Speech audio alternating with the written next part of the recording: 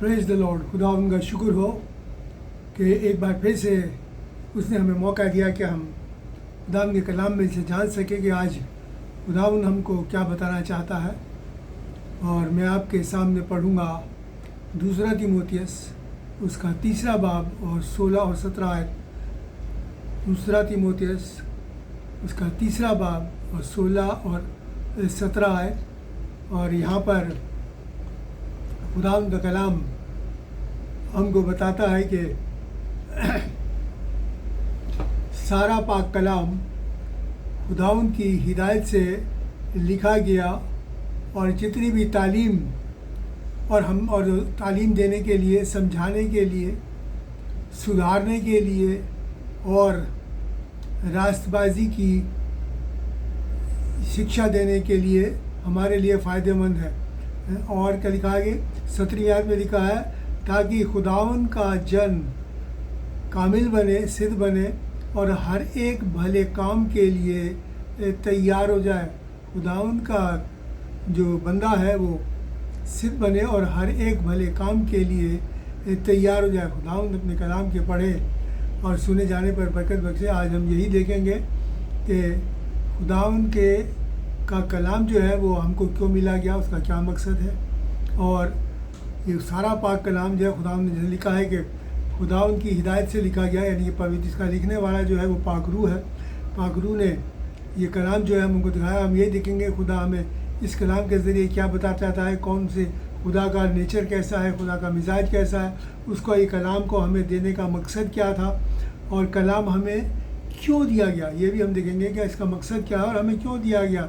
और इसको इंसान अपनी अकल से नहीं समझ सकता, मगर खुदा ने अपने कलाम में ही हमको बताया है। और उसी के ज़रिए, कलाम के ज़रिए हम देखेंगे कि खुदा इन बातों को जो खुदा ने हमको दिए बताया, हम जान सकें कि इस कलाम से हमें क्या मिलता है।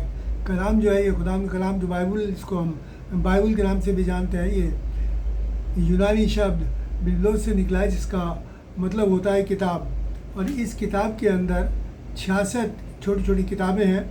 और या हम कह सकते हैं ये एक 66 किताबों का संग्रहालय है, या एक लाइब्रेरी है, या किताब खाना है जो हमको बख्शा गया है आसमान से।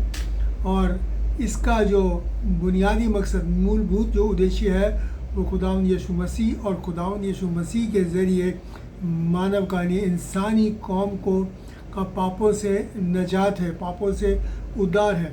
यही इसका मेन खास मकसद है। और ये एक किताब जो है, ये एक बहुत ही अद्भुत किताब है, बहुत ही अजीम किताब है और बहुत ही ये अजीब किताब है। इसमें बहुत सी ऐसी बातें खुदावंद ने अपने लोगों के ज़रिए, अपने नबियों के ज़रिए हमको लिखवाई हैं, क्योंकि इसके अंदर वो बातें लिखी हुई हैं जो कभी इंसान जान ही नहीं सकता था। क्योंकि क्योंकि वो बातें हैं, जैसे कि हम अभी देखें, वहाँ लिखा है कि जैसे कि तमाम ये मखलूक सृष्टि कैसे वजूद में आई, फिर कैसे बनी, ये तमाम, इसे इंसान नहीं जान सकता, क्योंकि ये सब इंसान से पहले की बातें हैं। क्योंकि हम जानते हैं कि जब ये सब कुछ बना तब इंसान का वजूद भी नहीं था, इंसान का अस्तित्व भी नहीं था, तो फिर इंसान इन बातों को कैसे जान सकता। ये बातें खुदा ने हमको, यानी पाक रूह ने अपने लोगों पर जाहिर करी और उन्होंने इन बातों को इस किताब के अंदर लिखा जो आज हमारे पास है। क्योंकि जिस वक्त ये सब बातें थी, हमें नहीं पता, कौन बता सकता है कि सूरज, चांद, सितारे किस तरीके से बने, समुद्र में जानवर किस तरीके से आए, परिंदे कैसे बने, जानवर कैसे बने, और फिर सबसे बड़ी बात कि इंसान कैसे वजूद में आया, इंसान कैसे बना। ये सारी बातें हमको कोई भी इंसान नहीं जान सकता था, क्योंकि ये इंसान की पैदाइश से, इंसान के वजूद में आने से पहले की है। तो इसलिए खुदावंद ने अपने कलाम में अपने लोगों के द्वारा, जैसे कि अभी हमने पढ़ा कि सारा का सारा पाक कलाम जो है खुदावंद की हिदायत के ज़रिए लिखा गया है। खुदावंद ने लिखवाया है अपनी पाक रूह के ज़रिए और उनको बताया है, तब ये कलाम हम तक पहुंचा और हमें दिया गया। और इसमें बहुत सी नबूवतें हैं, भविष्यवाणियाँ हैं, इनमें से बहुत सी तो पूरी हो चुकी हैं, बहुत सी अब हो रही हैं और बहुत सी बाकी हैं, पूरी होनी बाकी हैं। वो सब पूरी होंगी और जैसा जैसा इस किताब में लिखा है वैसा ही वैसा होता भी जा रहा है। तो ये इस किताब का एक तरीके से सबूत है हमारे सामने, ये एक सच्ची किताब है और आसमान से हमको दी हुई है। तो इस पर हमें ईमान लाना है, भरोसा लाना है और भरोसा रख के जो खुदावंद ने हमको हिदायतें दी हैं उनके मुताबिक अपनी ज़िंदगी को मेरे और आपको बसर करना है। देखिए खुदावंद का कलाम यहाँ क्या कहता है, अगर हम दूसरा पतरस का दूसरा खत और उसका पहला बाब और 20 और 21वीं आयत को पढ़ें तो यहाँ खुदावंद का कलाम हमको बताता है, ये जान लो कि पाक कलाम यानी जो बाइबल है कि कोई भी नबूवत भविष्यवाणी किसी के अपने ख्याल से पूरी नहीं होती। किसी का अपना ख्याल नहीं है, कोई नहीं है। कोई भी नबूवत किसी इंसान की मर्ज़ी से पूरी नहीं होती, पर खुदावंद का जो भक्त है, भक्त का मतलब होता है कि खुदावंद के मुकद्दस लोग वो पाक रूह की हिदायत से ये कलाम जो है वो खुदा की तरफ से हमको दिया गया और खुदा की बोलते थे और खुदा उनको बताता था और वो लिखते थे। ये पाक रूह की हिदायत से थी। खुदावंद के कलाम में ये लिखा हुआ है, ये अपने जैसे कि अभी हमने पढ़ा कि कोई भी जो नबूवत है इंसान की अपना ख्याल नहीं, अपनी बात से पूरी नहीं होती। ये पाक रूह की हिदायत के ज़रिए खुदावंद के लोग जो है वो इसे बोलते थे, इसे लिखते थे और तब ये कलाम जो है मेरे और आपके पास पहुंचा। और यही बात हमने 16वीं आयत में पढ़ी जो अभी पढ़ा दूसरा तीमुथियुस में, कि ये कलाम जो है खुदावंद की हिदायत के ज़रिए से ही हम तक पहुंचा गया। ये तालीम देने के लिए, समझाने के लिए और इंसान को सुधारने के लिए, ठीक करने के लिए, यानी कि इंसान गुमराह हो गया था तो उसे वापस नेकी के रास्ते पे लाने के लिए लिखा है, कि समझाने के लिए बहुत फ़ायदेमंद है। ये हमारे फ़ायदे के लिए हमको दिया गया ये पाक कलाम। आगे देखेंगे किस तरीके से खुदा कहता है कि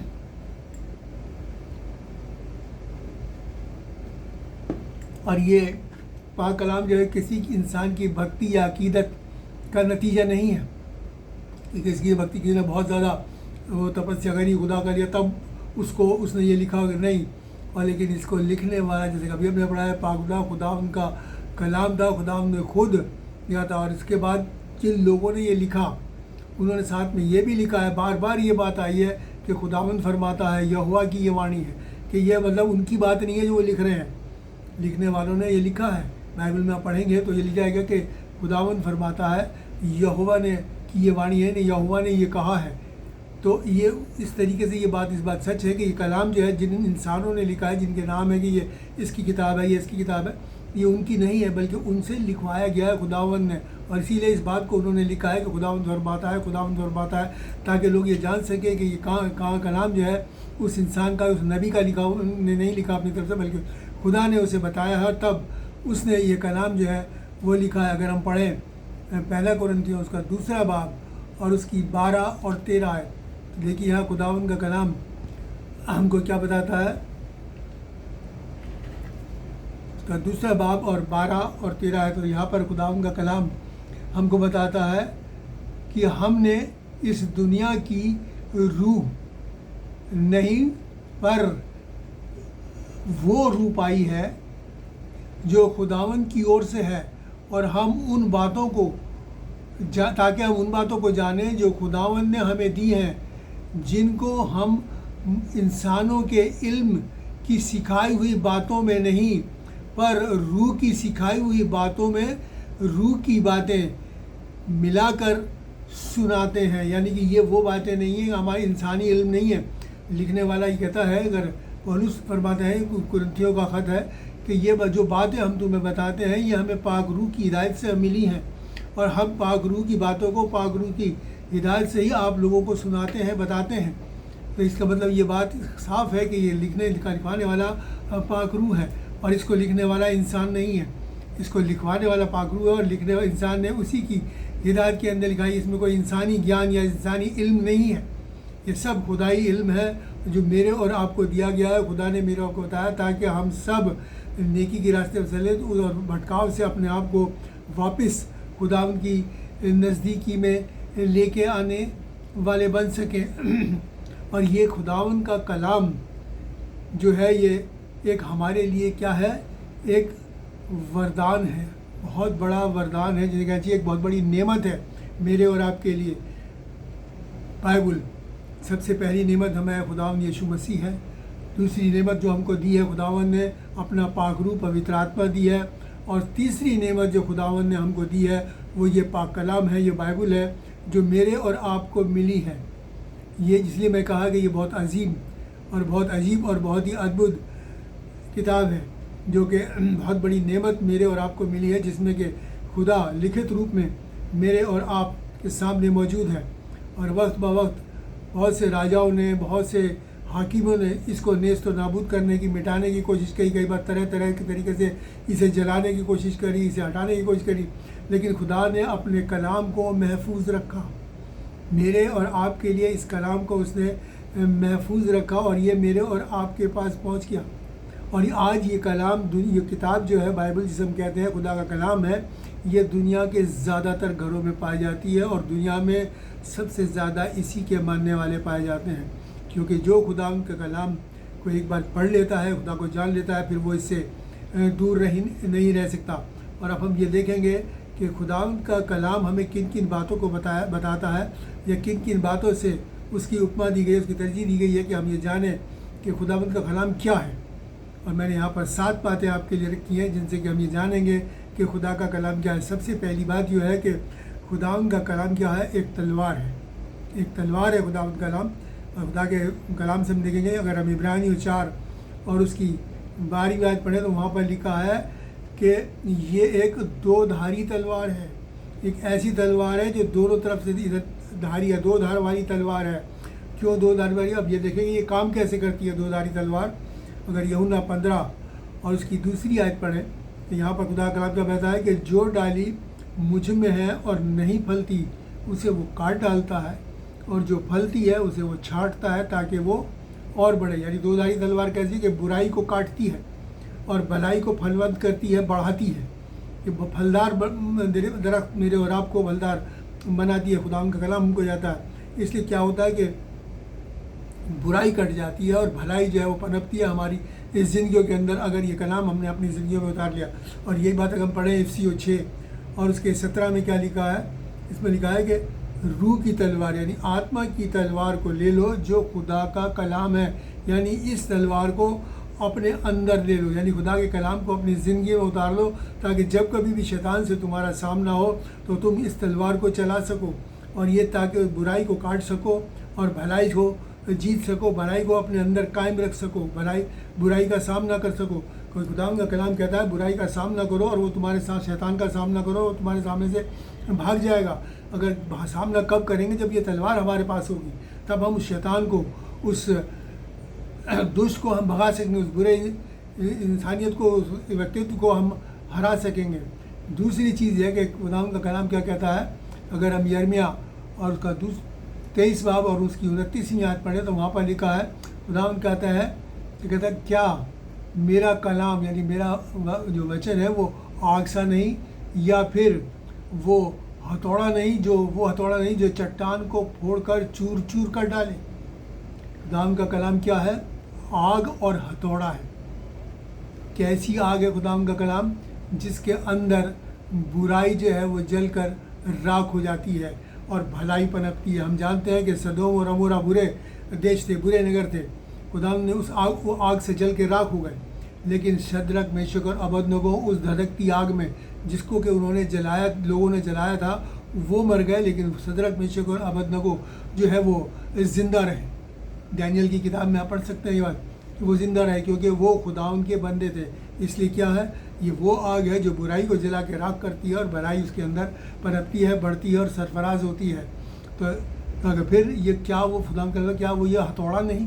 ये वो हथौड़ा है कि जिस भी इंसान के ऊपर पड़ता है उसका पत्थर दिल इंसान टूट के चूर चूर हो जाता है। यानी उसके दिल की जो कठोरता है, उसके दिल की जो सख्ती है वो बिल्कुल चूर चूर हो जाती है और वो एक नरम दिल इंसान बन जाता है। कैसा? वो हलीम बन जाता है, नम्र बन जाता है, वो नेक बन जाता है, वो भलाई करने वाला बन जाता है, वो माफ़ करने वाला बन जाता है, वो दूसरों की भलाई चाहने वाला बन जाता है, दूसरों को माफ़ी देने वाला बन जाता है। और क्या होता है कि उसका मन का मैल जो है वो दूर हो जाता है, आग से जल जाता है और चूर चूर होकर उसके मन का मैल दूर हो जाता है और वो क्या हो जाता है? एक नया इंसान, एक नई सृष्टि, एक नई मखलूक जो है वो बन जाता है। खुदा का कलाम हमको बताता है, अगर पढ़े 2 कुरिन्थियों उसके 5:17 में लिखा है कि अब हम लोग अब जो मसीह में है वो कौन है? वो नई मखलूक है, नई सृष्टि है। हम नई सृष्टि बन जाते हैं। खुदा का कलाम वो हथौड़ा और वो आग है। फिर क्या है खुदा? तीसरी चीज़ क्या है? खुदा का कलाम जो है वो एक बीज है।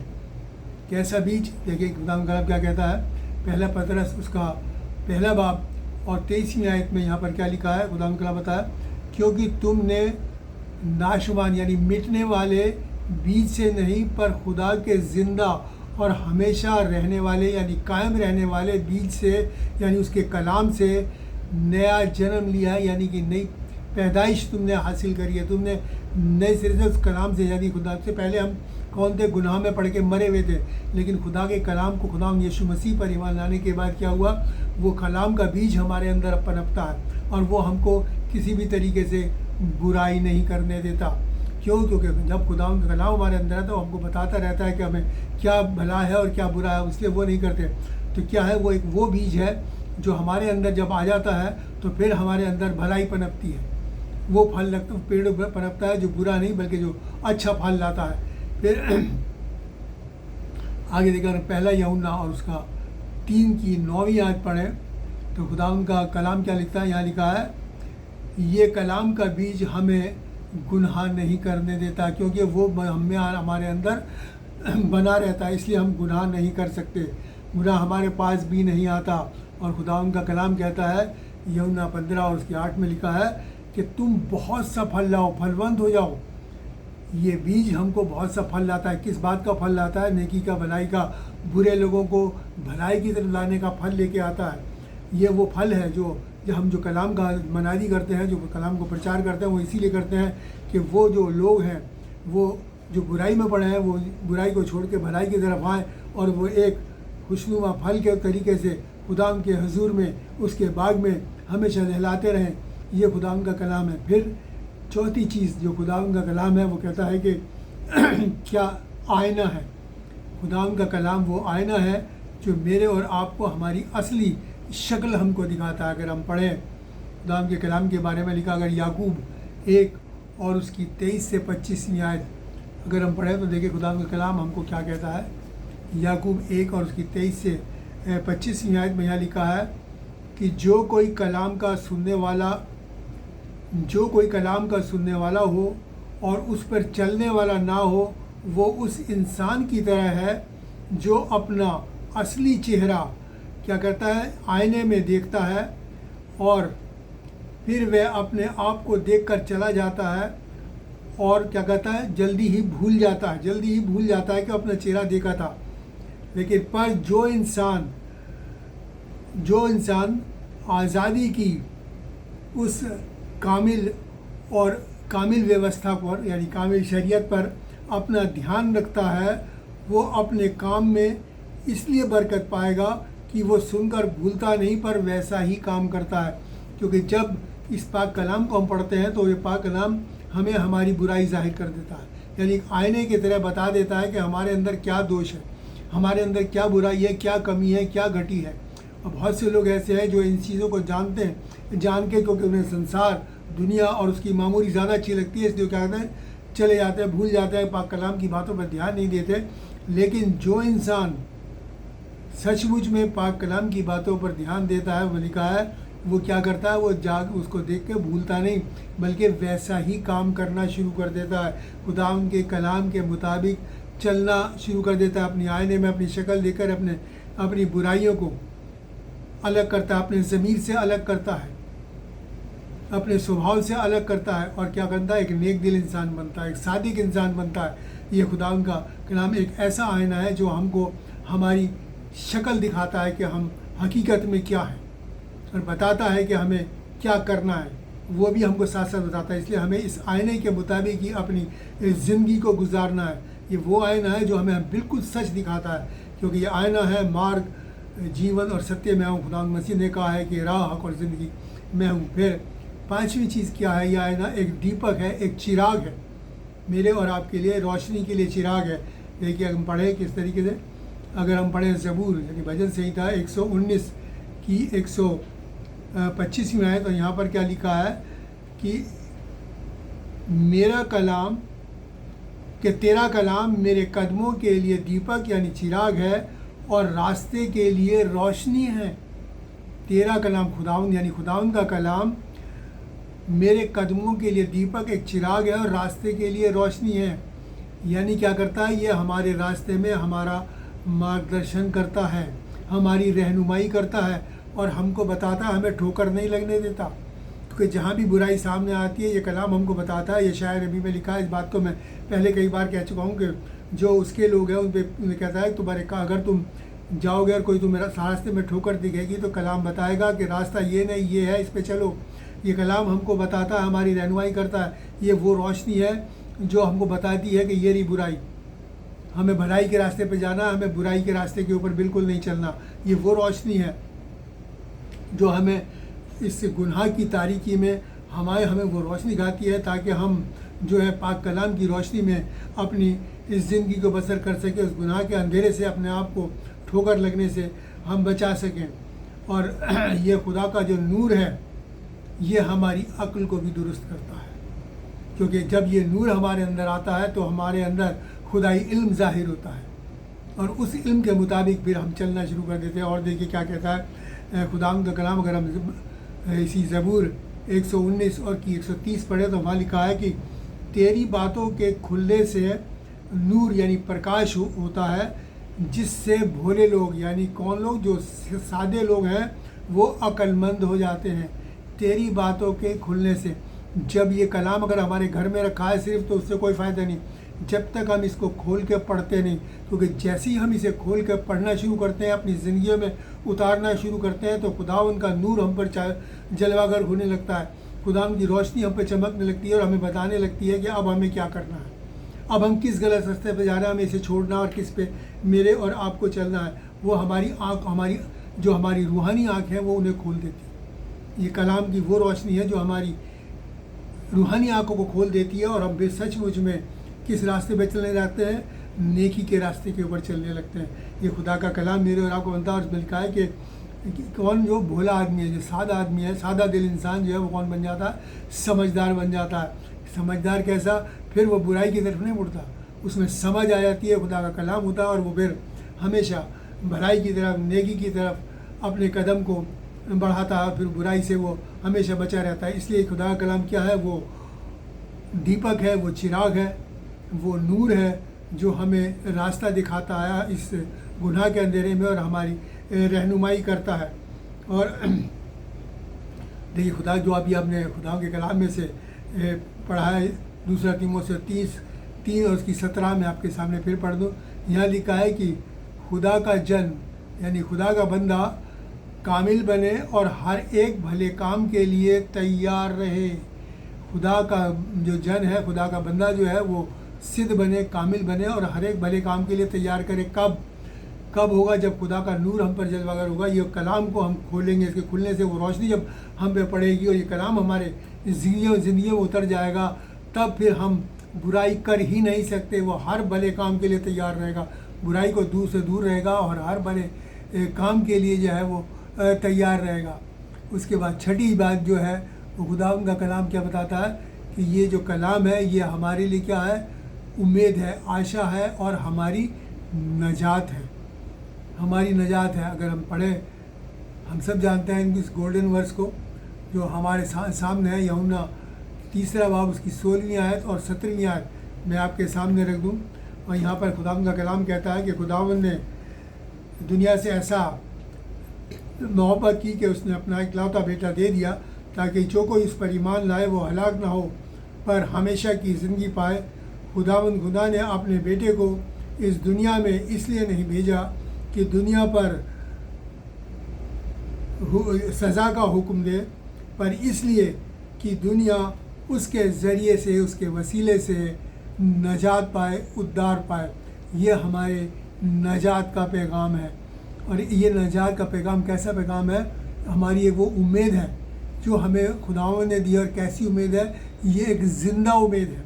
हमारी में लोगों को बहुत सी उम्मीद होती है और उसके बाद उन्हें नहीं पता होता है कि होगा या नहीं होगा, लेकिन हमारे पास जो उम्मीद है वो ज़िंदा है कि जो खुदावंद ने कहा है वो हमारी ज़िंदगियों में होगा, जो खुदा ने कहा है वो पूरा होगा इस ज़िंदगी में भी, और उस ज़िंदगी का भी जो वायदा किया उसने आसमानी ज़िंदगी का वो भी हम पाएंगे। इसलिए हमारी उम्मीद सिर्फ उम्मीद नहीं है बल्कि एक ज़िंदा उम्मीद है।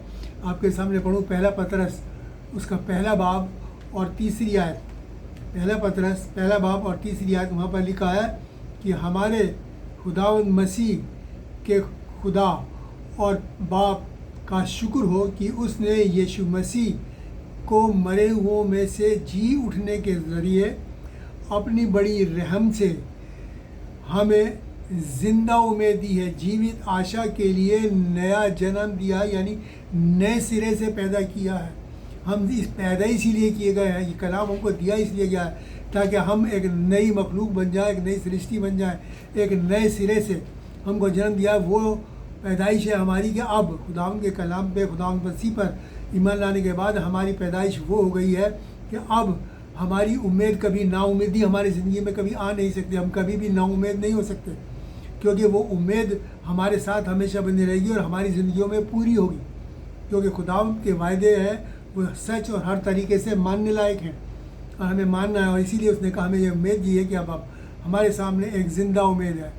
और खुदावंद का कलाम मेरे और आपको क्या होता है, अगर हम यूहन्ना 6 और उसकी 27वीं आयत पे पढ़ें, यूहन्ना 6 और उसकी 27वीं आयत मैं आपके सामने पढ़ूंगा। पहले मैं आपको बता दूं, उस 7वीं बात, जो 7वीं चीज़ मैंने आपके सामने रखी है वो ये है कि खुदावंद का कलाम जो है वो हमारा क्या है, हमारा भोजन है, हमारी खुराक है, हमारा खाना है, जिसे कि हमें खाना, ये वो खुराक है, हमारी रूहानी खुराक है खुदा ने जो हमको दी है। अब मैं पढ़ूंगा यूहन्ना 6 और उसकी 27वीं आयत, यूहन्ना 6 और उसकी 27वीं आयत। और यहाँ पर क्या लिखा है, खुदावंद का वचन कहता है कि नाशवान भोजन यानी कि फना होने वाले खाने के लिए, खुराक के लिए मेहनत ना करो, पर उस खुराक के लिए, उस खाने के लिए जो हमेशा की ज़िंदगी तक ठहरता है, जिसे इब्ने खुदा यानी मनुष्य का पुत्र यानी खुदावंद यीशु मसीह तुम्हें देगा, क्योंकि खुदा बाप ने उसी पर मोहर की है, उसी के ऊपर छाप लगाई है, खुदा पर मोहर करी है। ये जो कलाम है, खुदावंद कहता है कि जो अपना जिस्मानी खाना है इसके लिए मेहनत करो। हम अपने जिस्मानी ज़रूरतों के लिए कितनी मेहनत करें, रात दिन सुबह शाम मेहनत करते हैं, जो काम करते हैं उसके बाद ओवर टाइम करते हैं, ना जाने क्या क्या करते हैं हम पैसा कमाने के लिए। लेकिन खुदावंद कहता है इसके लिए इतनी मेहनत मत करो, बल्कि किसके लिए मेहनत करो, उस रूहानी खुराक के लिए जो खुदावंद मसीह हमको देता है। क्योंकि खुदावंद मसीह ने कहा कि जो रोटी आसमान से उतरी और तुम्हें ज़िंदगी देती है वो मैं हूँ।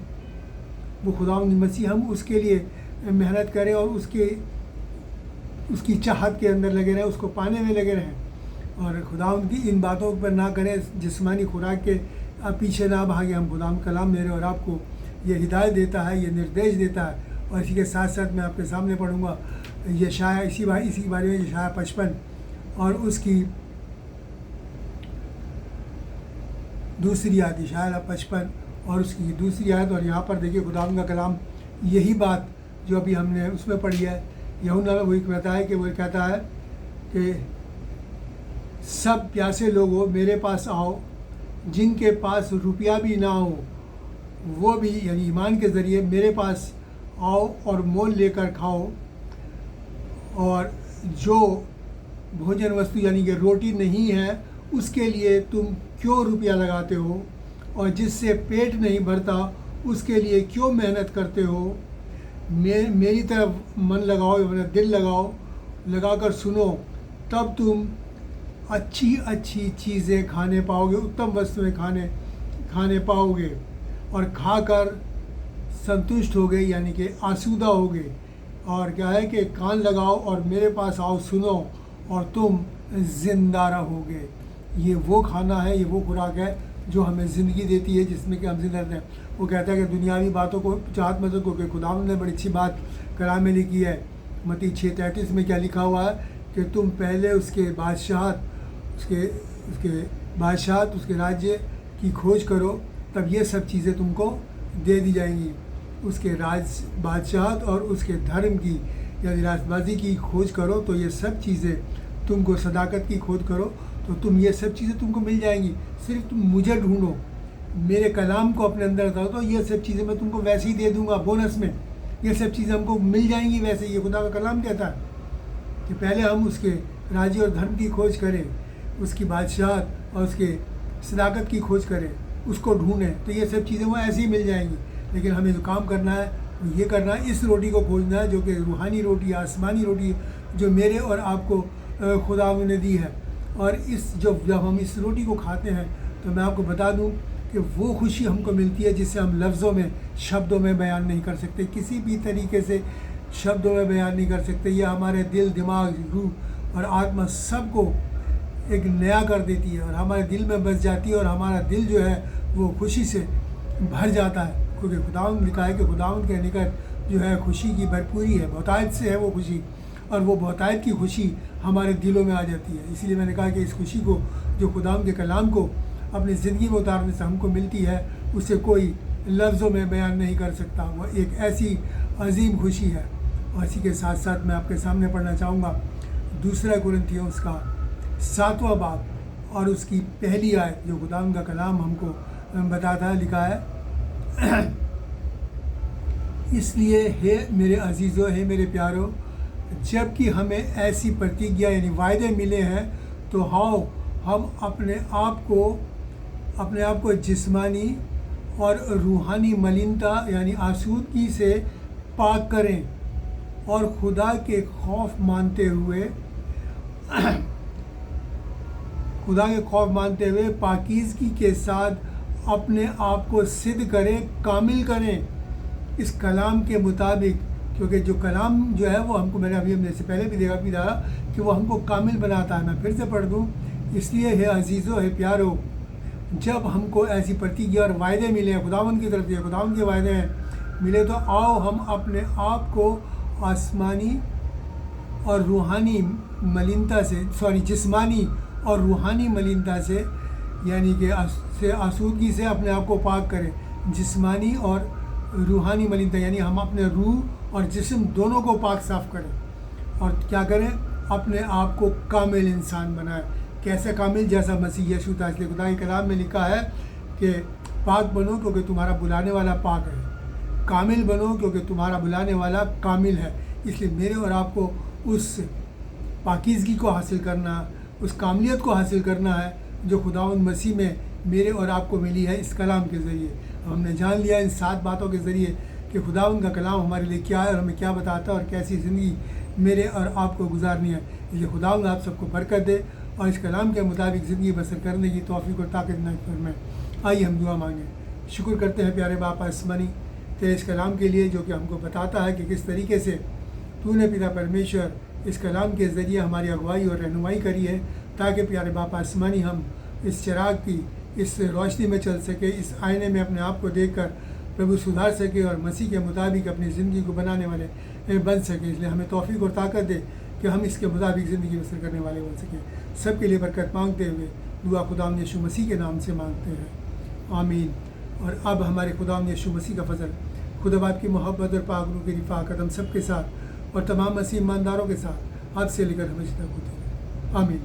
खुदावंद आप सबको बरकत दे, तौफीक और ताकत इनायत फरमाए और इस कलाम को ज़्यादा से ज़्यादा शेयर कीजिए ताकि वो लोग जिन्होंने अभी तक इन बातों को नहीं जाना है वो भी जान सकें और खुदा की नज़दीकी में आ सकें, इस आईने में अपने चेहरों को देख सकें और अपने चेहरे को सुधार सकें, इस चिराग की रोशनी में चल सके ताकि वो ठोकर ना खाएं। खुदावंद आपको बरकत दे।